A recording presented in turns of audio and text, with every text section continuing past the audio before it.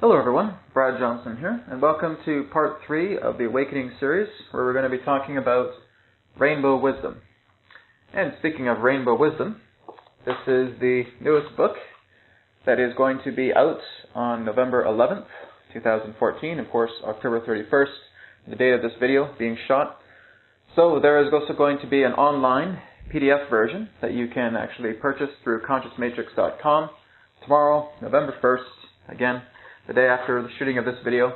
Just feel free to go to consciousmatrix.com and you can grab your online copy there, and then you can grab the printed copy that's going to be available on Amazon directly through consciousmatrix.com on November 11th.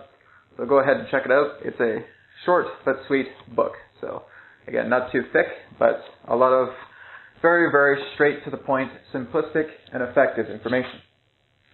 So as we are talking about Rainbow Wisdom through the Awakening series, what is it that we are discussing? Well, in part 1 we talked about awakening to a new reality. In part 2 we were talking about self-alliance. And now in part 3 we're looking at Rainbow Wisdom in regards to living intuitively.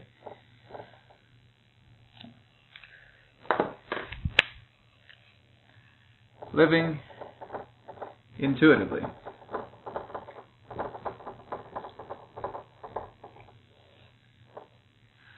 So basically looking into the idea about how we are able to actually live our life through the aspect of flow, through the aspect of the heart, through the aspect of the symmetry and alignment of everything that makes us whole. So again, having the idea of logic and having the idea of feeling in alliance. Now, as long as if you feel that just one of these particular aspects are stronger than the other, then that is always going to create an imbalance. That's going to be the weight of the scale. It is very important to have feeling, but logic is also what would be known as grounding. It's very good to have logic, but without feeling, you're not allowing yourself to feel the essence of the situation. And that is what feeling is all about. It's about being grounded, and it's about having essence. And that is the key, because this is what opens you up into whole new doors of reality. Because basically, what a lot of people feel, that when they go into the spiritual movements or into the New Age circles, that we're going to evolve to such a point to where we just become angelic beings. We connect back to our star family, and then we get the hell off this planet. And oh, thank God. I can't wait to get off this planet. I can't wait to spiritually evolve myself, transform into light, and then get the hell out of here. That's not why we're here. When you are basically moving into the aspect of Rainbow Wisdom, which I'll just nickname RW, when you're looking into the aspect of Rainbow Wisdom, you are of service to the microcosm of the macrocosm of all life as we know it to be. As talked about previously in other videos as well, that when we're looking at a heightening of consciousness, we have Mother Earth right here. As we're looking into the idea of the Earth, it's not that our location is changing. It's not that we're going to be seeing so much light and ethereal forms throughout our reality. It's that our perception changes, that we have advanced depth perception. So our perception of what we did not understand before is basically the representation of one of the Rainbow Wise, of one who is able to understand a much more deeper learning, a much more deeper aspect to themselves that they see through common environments, that they may see through people. Now, when you are looking into becoming part of the Rainbow Wise, again representing the idea that you are connected intuitively, you are flowing, you are communicating through intuition, you are living through intuition. Everything about you is intuitive flow. That we understand that any time we're talking to another person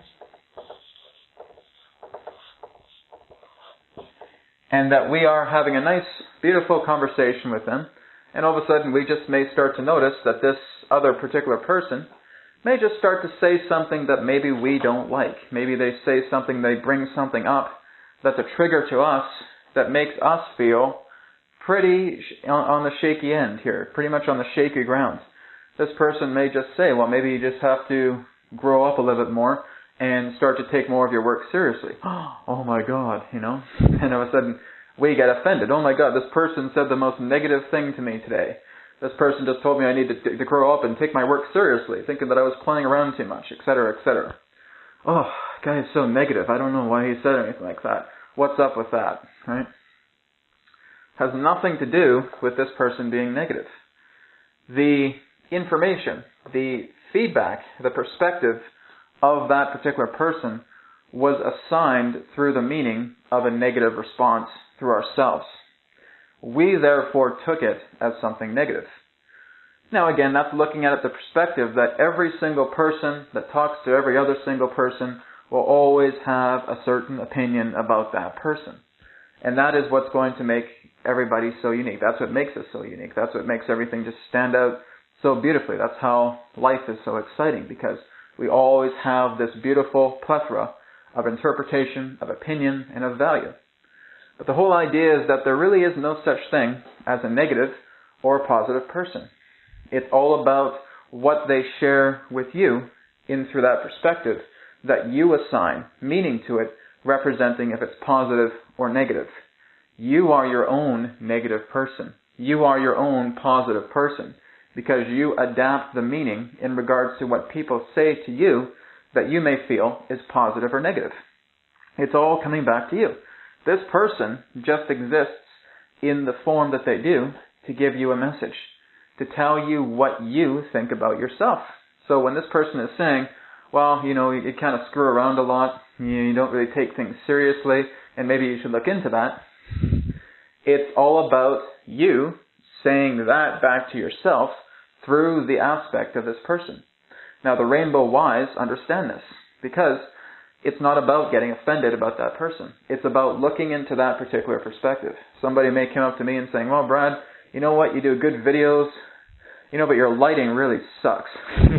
It may be something like that. Or, maybe your camera's not so good, and you really should, look into getting something a little bit better.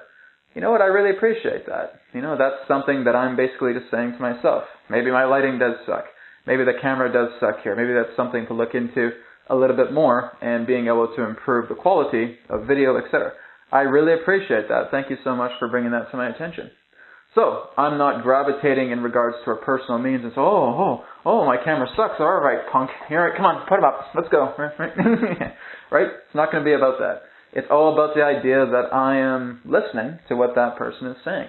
I'm not going to hold a grudge to that aspect, because that person is just representing a catalyst in regards to what I'm attempting to tell myself. So here's the idea, is that the external will always be the reflection of the internal. Always. It's just a projection screen. That's all we're experiencing in reality. You can't escape the internalness of yourself. You can't escape the inner universe. And so the inner universe, again, like a projector, is just broadcasting this particular stage. It's broadcasting this screen in regards to everybody that's coming in together in our reality, that represents the idea of catalyst coming back to ourselves in order for us to understand a state of completion, helping us to resolve aspects about ourselves that we may not see, but others are coming into our reality to be those versions of ourselves to remind us about certain things. Sometimes that can seem harsh, just in regards to the meaning that we assign to it. Sometimes we assign some negative forms of aspects of meaning relating to what other people are conveying to us. It's all up to us. It's all about us interpreting that. Reality is by interpretation. Always has been, always will be. And so when you're looking at a person and you're having these conversations, be very, very mindful about how you assign them. Now, for that person that had the comment about, hypothesis-wise, hypothetically, about the lighting, about the camera in that sense, doesn't mean that I've assigned anything positive or negative about it. It is what it is. It's something that I took into heart and saying, oh, okay, you know what, that's something for me to look at. Look into some better lighting equipment. Looking into a better camera, or being able to get a better microphone, whatever it is, right? Getting a bigger board, maybe. That's another thing as well, too. Which I really do want to get, actually. So that's okay. But basically what it's stating is that it's just bringing back a realization to me. It's a catalyst that's reflecting back. And so utilizing rainbow wisdom, I understand the perspective of what that person is trying to say to me. It is a valid perspective. Now, that doesn't mean that every single thing that a person says, a person may just walk down the street with you and say, oh my God, your shoes are ugly, get rid of them, right? Doesn't mean you have to get rid of them. But again, it's just you reflecting back on that and thinking, there's a part of me that thinks that maybe my shoes aren't that great, but you know what, doesn't mean I have to get rid of them. It's just understanding the state of perspective, realizing that if somebody is blurting that out, and if it doesn't really affect us, then it really has no meaning. So a person could get mad at you for wearing blue shoes, whatever it is. Doesn't mean that you have to take that to heart. Doesn't mean you have to hold a grudge relating to that. That's just a perspective. If it really holds no form of impact to you, I'm saying, all right, well, I'm sorry you don't like my shoes, but you know what? All the best to you, brother. Take care. Right? That's it, because you're not affected by that. Because sometimes these aspects of ourselves will come into our reality to see exactly, are we really confident about ourselves? It really has nothing to do with our shoes at all. It has nothing to do with the clothes we wear. It just has to do in regards to, can we maintain our integrity? I feel great this morning. Nothing can knock me off course. That person comes by, I hate your shoes, they suck, get rid of them. Right? And that's really the whole idea, is saying, well, nothing can knock you off course. Can that person knock you off course? That could be the idea of a reflection right there, a catalyst. So looking into the idea about how perspective is just the range of ourselves. We are always surrounded by this 360-degree panoramic hall of mirrors that is just surrounding us and just bringing about some of these really amazing reflections of ourselves. And that what they share with us is our meaning about what we do, about how we feel about ourselves, whether it be positive or whether it be negative. And the Rainbow Wise continue to look at that. When you're looking at Rainbow Wisdom, you're looking at all the contrast. You're looking at all the extensions of how reality is communicating with you. And it's all about the idea that the philosophy of Rainbow Wisdom is all about 3 words.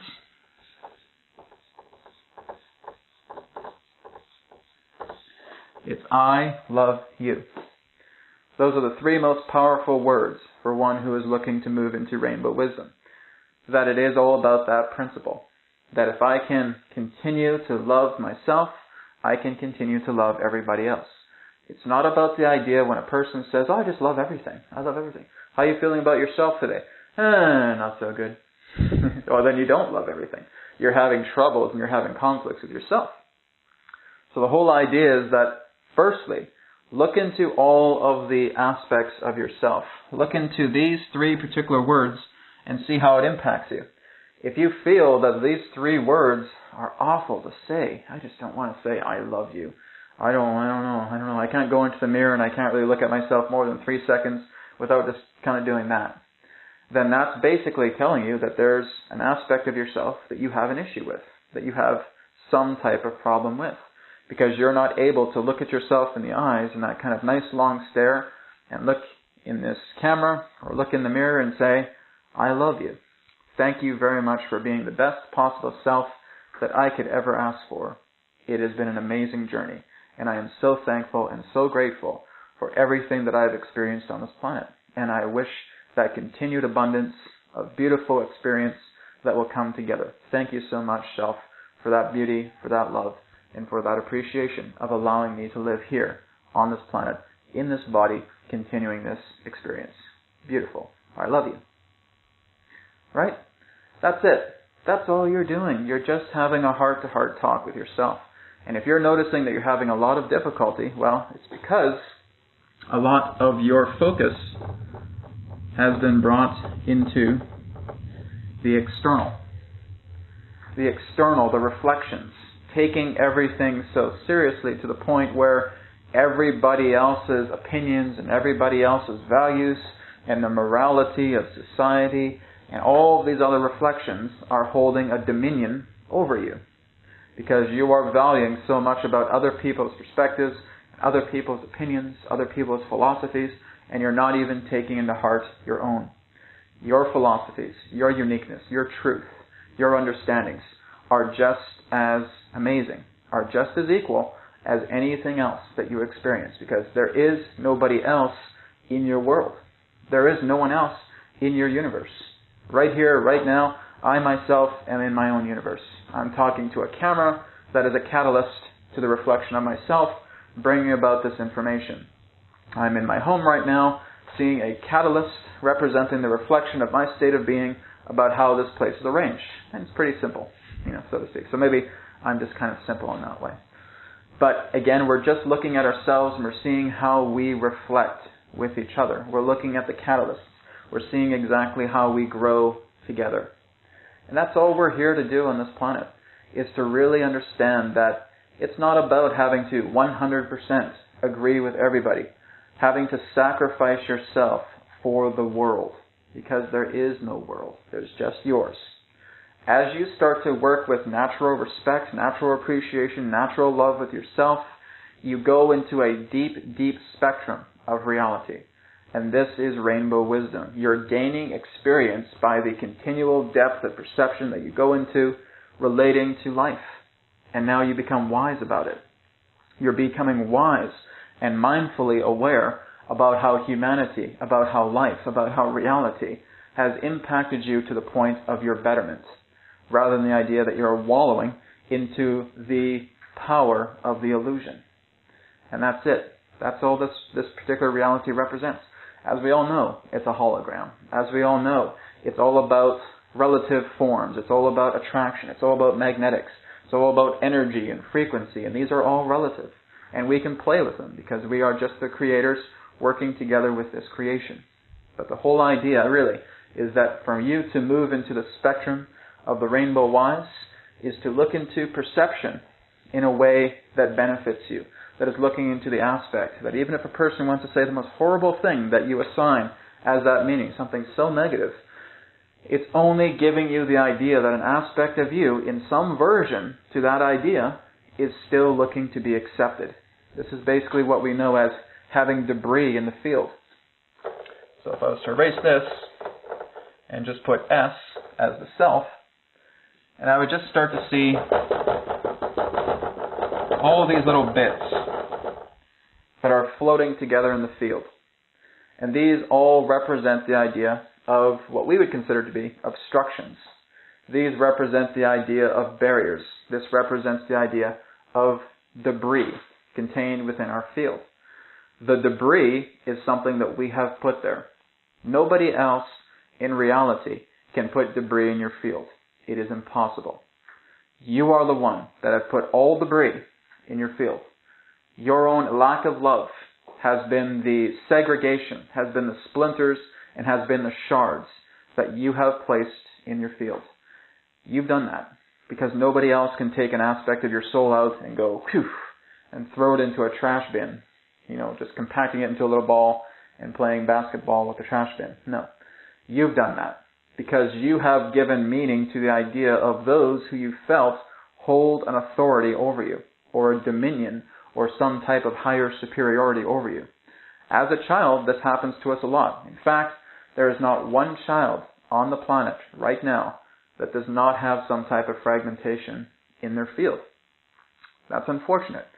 But this is what we're attempting to learn. We're developing ourselves to realize that all we're looking to do on this planet, for the sake of many generations to come, is to create a space of love. Is to actually create an idea representing rainbow wisdom, which represents, again, perception in a state of harmony. That the real important thing here is that everybody is able to express themselves freely to the point of a state of service. Because we're all just looking back to ourselves. And as we look into ourselves and we start to feel that harmony within ourselves, we have nothing that we need to be angry about. We have nothing conflicting that we need to know about. When children are educated in this way at a very, very young age, and they realize that there's nothing to conflict about, because now you're able to express yourself, you're able to share your feelings, because you're encouraged to look into yourself. You're encouraged with your gifts. You're encouraged with your abilities. You're encouraged to be connected with nature, to go out and play in the trees and roll around the grass, do some gardening.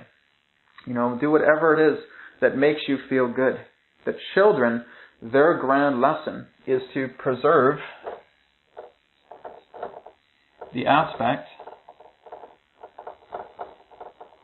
of innocence.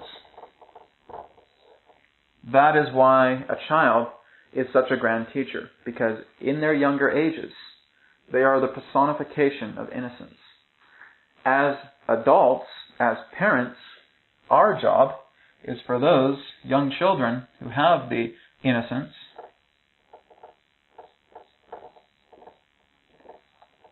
is to be the discerners. Is basically being able to assist them in regards to the state of discernment, helping them to guide their path, not being so overly critical, not throwing a bunch of crap on them because they get out of line because they're still trying to figure things out. They're young and they're still attempting to adapt to their world. But looking into the idea of how through discernment you can assist them in regards to helping them make choices that are very complementary to themselves. That if you're noticing how they're playing, if you notice how they're participating in life, that the discernment itself is really helping them to move more into that aspect, to really fulfill that joy, rather than the idea of saying, stop that, don't do that, come on, knock it off, enough with that, etc., etc., etc. Believe me, I've been guilty with that with my own kids in the past as well, too. And that's something that, we're attempting to learn, is being able to look into the joyous aspects, the bliss that the innocence of children bring together. And this is rainbow wisdom as well, too, is that you realize that the young children, the little ones, are here on this planet to be the preservations of innocence. And they are doing so much work on this planet just by being themselves, just by playing, by having this higher dimensional, this higher vibratory state of love that is so powerful, just right alongside the animals. Dogs and little kids, cats and little kids, frolic and have an amazing time, right? And all we're attempting to do is be the discerners, because children don't discern at a very young age. They're just so much in the moment. They're so excited. They want to play. They want to have fun. They want to enjoy life. And as our systems continue in this way, it's basically attempting to numb that feeling, to numb away that innocence, and come into the idea of an illusionary order. So for one who is looking to achieve rainbow wisdom within themselves, is they do what they feel they can do to be the preservers of discernment, so that the preservers of innocence can continue to share their innocence, the purity of spirit, the purity of joy, the purity of love upon the planet. That's what we do through the Rainbow Wise. That's the whole key. Because as we're just looking at the rainbow, we're looking at the rainbow and realizing that this has an immense amount of capability. This is the entire spectrum of how we're able to express ourselves in the way that is complementary to all bands.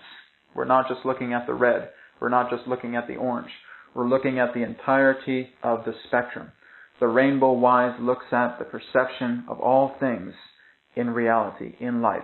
And that's basically what the book is covering here, of really being able to sharpen your ability and moving into that achievement of rainbow wisdom. So again, when you are in rainbow wisdom, you are an ally to perception. You are an ally to yourself. And that aspect and appreciation of yourself is just radiating light throughout the world, so that other people who are aligned to your frequency in regards to how you present yourself magnetically align back to you, and you create a power node. Because it's not you being a teacher, it's you being presence. It's you just becoming an example. People see that example, and through their own self-teacher, they create that aspect. They bring that about. And through what is being created with the Psychic Academy, this is also being taught in a different way, being able to be shared, to teach, to encourage others to teach themselves. And that's the whole key here, is looking into a Rainbow Wise University, a Psychic Academy. And that's coming together as well, too. That is in the works, and that's rolling out December 1st. So again, everything in this video is basically here to show you that your understanding of perception matters, and that everything that you're doing in your reality, through everybody else you're responding with, are all parts of catalysts, are all parts of reflections that are coming back into you to see exactly how you see yourself. Some people may come up and say, well, you know what, Brad, my family really doesn't resonate with what I'm doing in regards to the spiritual journey. I've had old friends that just think I've gone off the deep end. What do I do to change that? What can I do to change that? There's nothing you can do to change that. It's basically understanding that you are vibrating at a certain frequency. They are vibrating at a frequency like this. The two aspects of those vibrations are not compatible. What can I do? What can I do? What can I do? You can't do anything. You are now at the point where all you can do is, in your own way, continue to love and continue to support, in your own way, those particular family and friends that have decided to feel that they cannot magnetize to your energy in regards to the path that you're following. Accept it. And just continue to send them blessings, because even though people don't understand what you're going through, even though people really don't get the path that you're walking, it's not always that point of possibility that can take place. You're going to have people that feel that, you've just gone completely crazy, you've gone haywire, you've lost it, you've gone way in the deep end. I'm looking at you now like you have 3 heads, right? That is going to happen, and that is going to take place, because you have altered your frequency into a higher band of reality, where you are seeing a perception where those other fellows, in that sense, are still operating in a band of reality that is still very much on the surface. Doesn't mean anybody is superior or inferior. It's that you've decided to climb the mountain, and now you are looking at the valley. Whereas everybody says, are you crazy? I'm not going up to the mountain. No. There's ice up there, there's snow, it's cold, I'm afraid of heights. I'm not going up to the mountain. You're up on the mountain, you've lost your friggin' mind. Right? That's the exact same thing, right?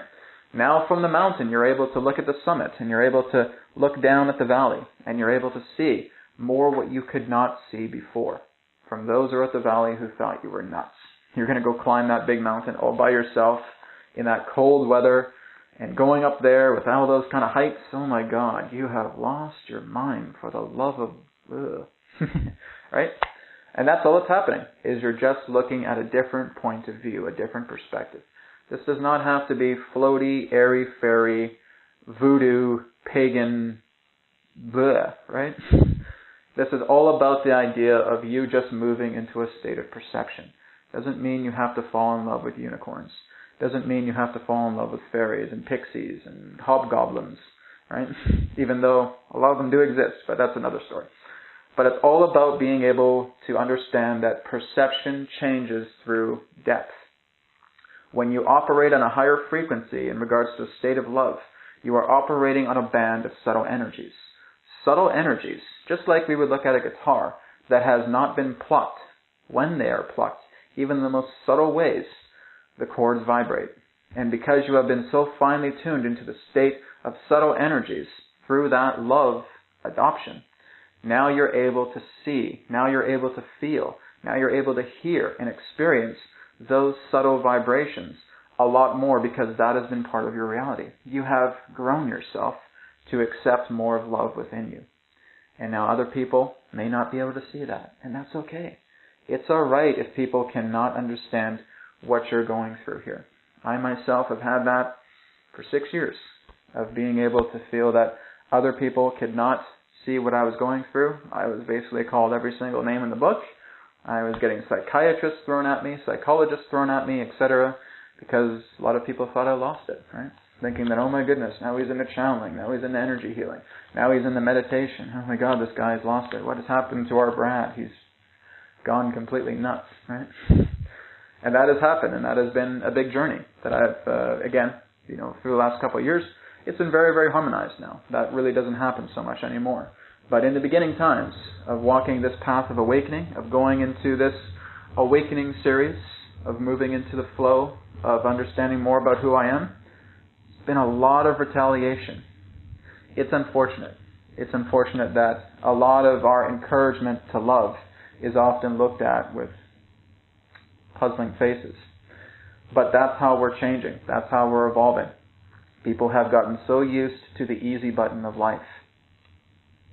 Okay, now my whole thing about insecurity about myself can be cured with medication. Click.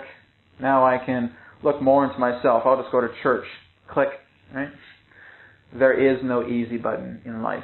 We have just basically been drawn and bred to think that life is full of easy buttons.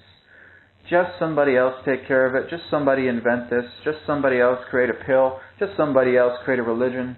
It's all taken care of. It's a complacency effect. And we're just looking to realize that no, it's not about easy buttons anymore.